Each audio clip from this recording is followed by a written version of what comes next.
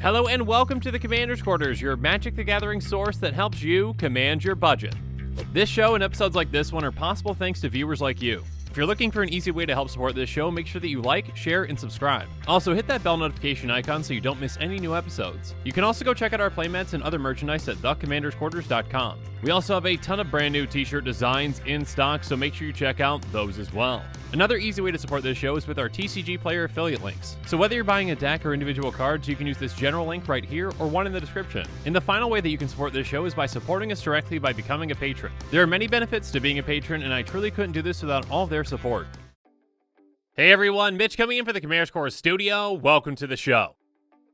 The spoilers will just not stop coming today. I mean, early this morning, we got the very exciting and, well, very broken Hinata Crown of Dawn. But yeah, Hinata might not appear all that broken at first, but as soon as you peel back the layers and look into more and more cards that work with it, you realize just how incredibly absurd it is. Regardless, aside from that broken commander, we also got what is destined to be, in my opinion, one of the most popular commanders from the set, with Isshin Two Heavens is one. This commander takes Attack Harmonicon to a brand new level. But we also got yet another extremely exciting and spicy commander with Shiga Okiba Gang Leader. But don't check out any of those episodes just yet because, well, first off, if you left, I'd be pretty sad. Even though you're going to go listen to me talk from the past, or I guess, I mean, technically, you listening to me right now is technically a recording, so it's me from the past as well. So hi, future people! But yeah, anyways, weird time jokes aside, this episode is on the brand new Mythic Sword Blade of the Oni. So let's jump into this episode to see what it does.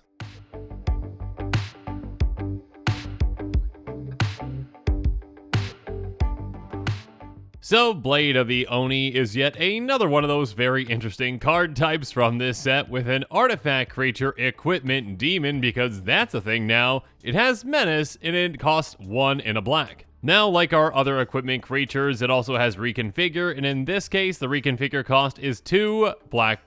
And for those of you that don't know, reconfigure is kind of like equip, but for equipment creatures, and basically you can pay that cost to attach to a creature you control, or to unattach from a creature you control at sorcery speed. And while it's attached to a creature, it's just an equipment, not a creature. Anyways, when it is equipped to a creature, the equipped creature has base power and toughness 5/5, has menace, and is a black demon to shoot other colors and types. So there's quite a bit going on here with this Mythic Sword, so let's break it down. First off, at a base level, this is a 3/1 with menace that just costs 2 mana. So yeah, that's a pretty aggressive card that you can just get out early and just start swinging to dish out some damage. Chances are actually pretty likely that you're going to be able to get a couple of hits in before your opponents even get 2 creatures out to block with. Or at least I should say the vast majority of your opponents. Sometimes opponents can be pretty aggressive getting a lot of creatures down, but chances are you can get through on at least one opponent. But the real spicy part about this card is that you can attach it to a creature, change its base power and toughness to 5/5, give that creature menace, and also make it into a black demon, which could be relevant in some scenarios, but yeah, the main part is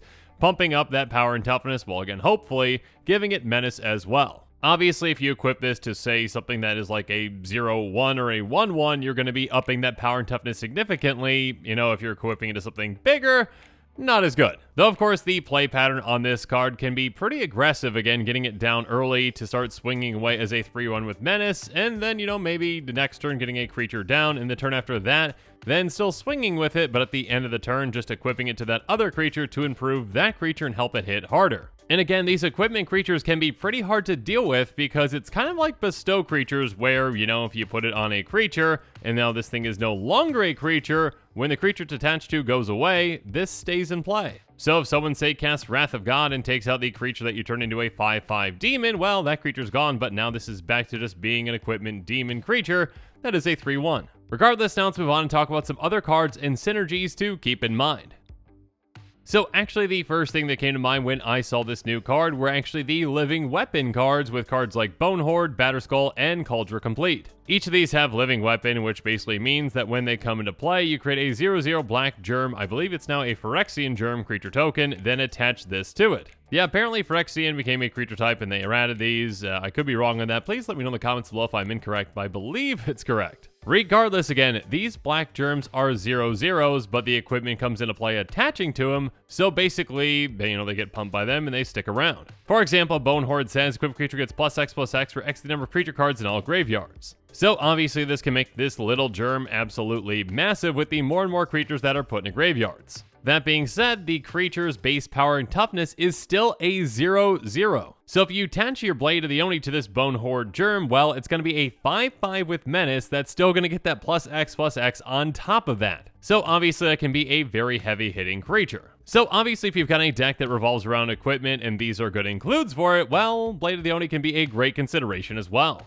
And actually, the funny thing about these living weapon cards and how they interact with, again, say, Blade of the Oni is, again, let's say that someone wraths the board with Wrath of God. Your germ is going to die, so again, Bone Horde and both Blade of the Oni become unattached from it, but now Blade of the Oni is a creature again, so just pay 2 and attach Bone Horde to that. So then you've got a 3/1 that gets +X/+X for X the number of creature cards in all graveyards, and it can still be a massive hitter. Speaking of which, how about Batterskull also having living weapon, and it says equipped creature gets +4/+4 and has vigilance and lifelink. Again, when you turn that germ into a 5/5, that's going to be a 9/9 vigilant lifelink Batterskull, or should I say black germ Phyrexian creature token.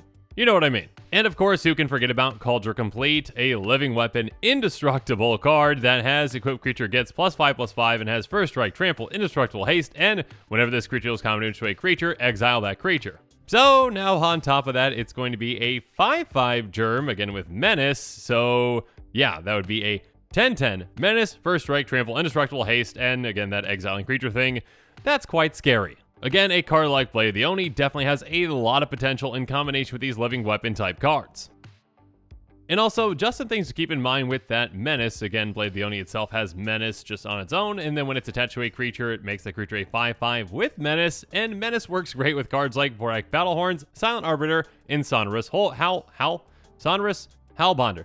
There we go. So that one's tough to say, apparently. Regardless, back to Vorak Battlehorns, it says equipped creature has trample and can't be blocked by more than one creature. Menace, on the other hand, is basically, hey, this creature has to be blocked by more than one creature. So essentially, if your creature can't be blocked by one creature and it can't be blocked by more than one creature, well, your creature just can't be blocked. And again, in an equipment style or Voltron style deck, you very well might have, Vorak Battlehorns in your deck as well as Blade of the Oni, so have fun just having an unblockable creature. Speaking of which, in a different kind of scenario, Silent Arbiter says, no more than one creature can attack each combat, no more than one creature can block each combat. So again, if no more than one creature can block each combat, and your creature can't be blocked by one creature, well, it can't be blocked. And yet another card that can benefit Menace, but not quite as effectively, but still very effectively, is Sonorous Howlbonder. There, I got it right that time, I think. Anyways, it has Menace itself, and it says each creature you control with Menace can't be blocked except by 3 or more creatures. So now, even if your opponents happen to have 2 creatures in play, well, your Blade of the Oni, or whatever it's attached to, is going to be getting through. Again, just some things to keep in mind with a Menace card, and a card that also gives Menace.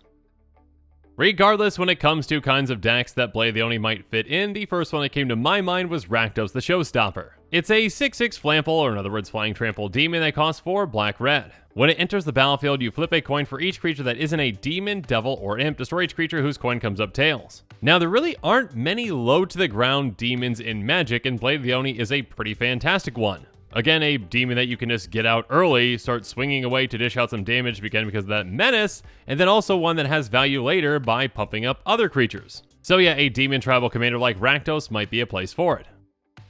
Speaking of which, how about Kalia Zenith Seeker? She's a 3/3 human cleric that costs red, white, black, and she has flying and vigilance. And when she enters the battlefield, you look at the top 6 cards of your library, you may reveal an angel card, a demon card, and or a dragon card from among them and put them in your hand. Put the rest of them on your library in a random order. So, a Kalia deck very well could be a mix of angels, demons, and dragons, and actually with this Kalia in particular, it's more beneficial if you spread those out. By having an evenish number of each of the creature types, well, you're more likely to be able to get one of each. And again, being able to get 3 things off the top of your library can be very impactful. So for the right Kalia Zenithseeker build, Blade of the Oni can be an effective option for you.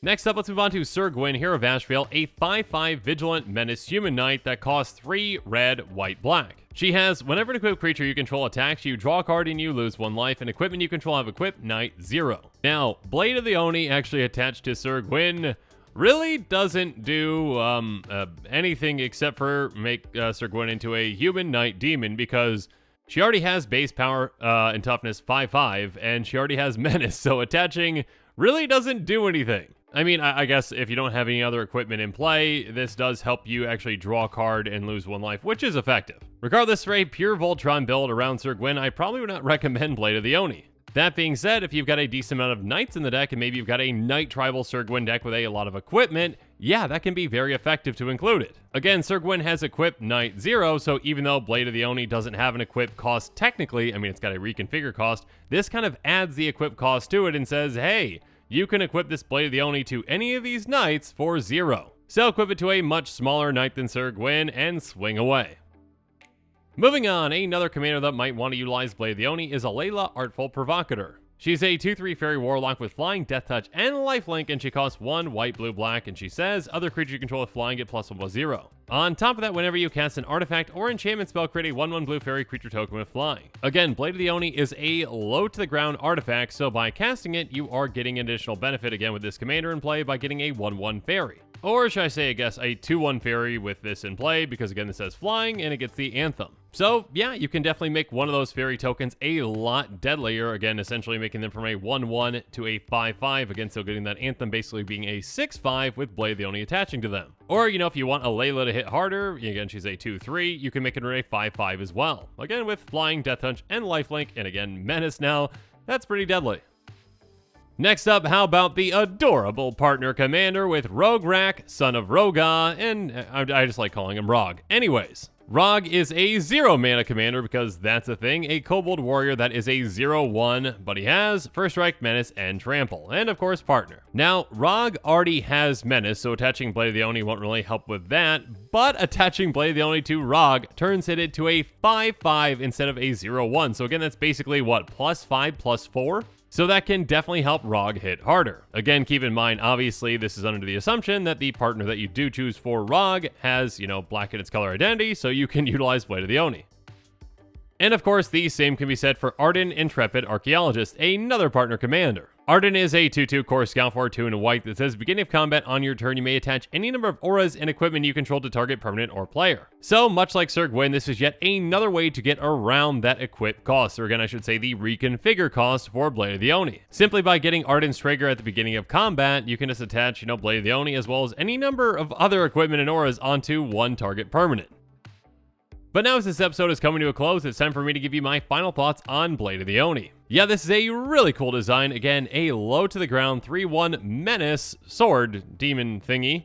Anyways, that you can then attach later to another creature to make it either hopefully larger, you know, again, it affects base power and toughness and gives the creature menace and makes it a black demon, which again could be relevant, I guess, in a demon tribal kind of way. But still, yeah, I'm sure there are going to be a lot of equipment decks out there that are going to be looking at this card. And again, keep in mind that those equipment decks might also utilize those living weapons, and again, Blade of the Oni works in a fantastic way with living weapons, and that can just lead to some really interesting and fun plays. And speaking of interesting, I am sure that even more interesting spoilers are going to be coming out, so make sure you're staying tuned to this channel for those quick takes on those spoilers. And with that, the show is coming to a close, so it's my turn to hear from you. So in the comments below, let me know what your thoughts on this episode are, and as always, thank you again, and have a good one.